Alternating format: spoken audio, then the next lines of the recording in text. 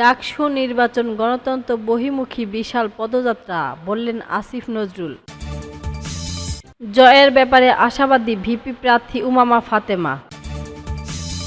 ঢাকা বিশ্ববিদ্যালয়ের কেন্দ্রীয় ছাত্র সংসদ ডাকসু নির্বাচনে আমাদের গণতন্ত্র বহির্মুখী বিশাল পদযাত্রা বলে মন্তব্য করেছেন আইন উপদেষ্টা আসিফ নজরুল। নির্বাচনের আগের রাতে ৮ই সেপ্টেম্বর সামাজিক যোগাযোগ মাধ্যমে ফেসবুকে দেয়া স্ট্যাটাসে তিনি একথা বলেন। স্ট্যাটাসে আসিফ নজরুল লিখেছেন, মঙ্গলবার ডাকসু নির্বাচন, দেড় যুগ পরে এদেশের তরুণেরা অবাধে ভোটাধিকার প্রয়োগের সুযোগ পাচ্ছে সেখানে। আশা করি ঢাকা বিশ্ববিদ্যালয়ের শিক্ষার্থীদের সবাই এ সুযোগ গ্রহণ করবেন, বিপুল সংখ্যা ভোট দিতে আসবেন, যেই জিতুক তাকে অন্যরা বরণ করে নেবেন। তিনি বলেন, এই নির্বাচন আমাদের গণতন্ত্র বহির্মুখী বিশাল পদযাত্রা। সর্বান্তকারের কামনা করছি এই আয়োজনে সফল হোক, আল্লাহ আমাদের সহায়তা হন।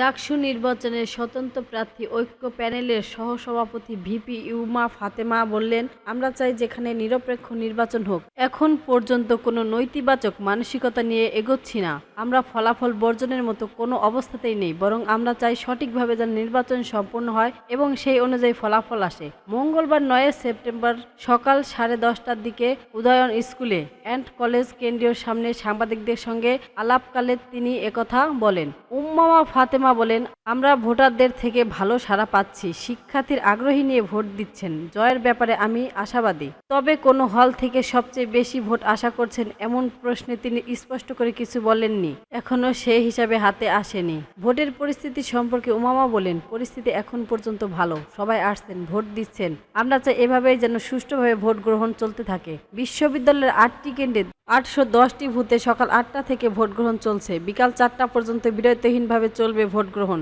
বিকাল 4টার মধ্যে কেন্দ্রে লাইনে দাঁড়ানো শিক্ষার্থীরা ভোট দেওয়ার সুযোগ পাবেন। এদিকে ডাকসু নির্বাচন ঘিরে সোমবার রাত 8টা থেকে টানা 34 ঘণ্টা বিশ্ববিদ্যালয়ের সব প্রবেশপত্র সর্বসাধারণের জন্য বন্ধ থাকবে, যা আগামী বুধবার সকাল 6টা পর্যন্ত অব্যাহত থাকবে।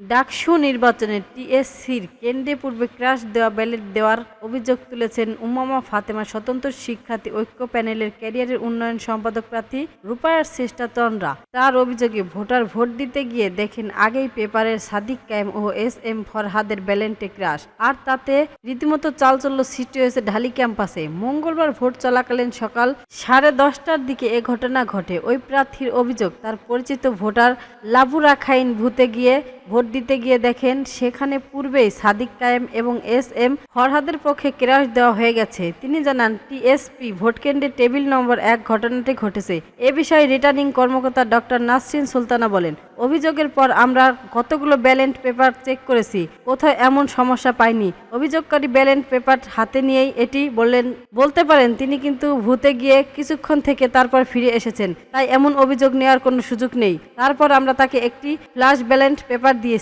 এই কেন্দ্রে ইতিমধ্যে 50% ভোট কাস্ট হয়েছে, জানিয়েছেন নাসরিন সুলতানা। তিনি আরও বললেন, আমাদের ইতিমধ্যে 50% ভোট হয়ে গিয়েছে। নির্বাচনে প্রশ্নবিদ্ধ করার জন্য এটি করা হতে পারে, অথবা এই শিক্ষার্থী ভুল করেছে। এদিকে এ ঘটনার ক্ষোভ প্রকাশ করেছেন ছাত্রদলের ভিপি প্রার্থী আবিদুল ইসলাম খান। বিশ্ববিদ্যালয়ের বিএমপি উপস্থিতি শিক্ষকরা জানতে চাইলে রিটার্নিং কর্মকর্তা বুঝিয়ে বলেন, এইসব সঙ্গে সিসিটিভি ফুটেজ চেক করা হবে বলে আশ্বস্ত করেন।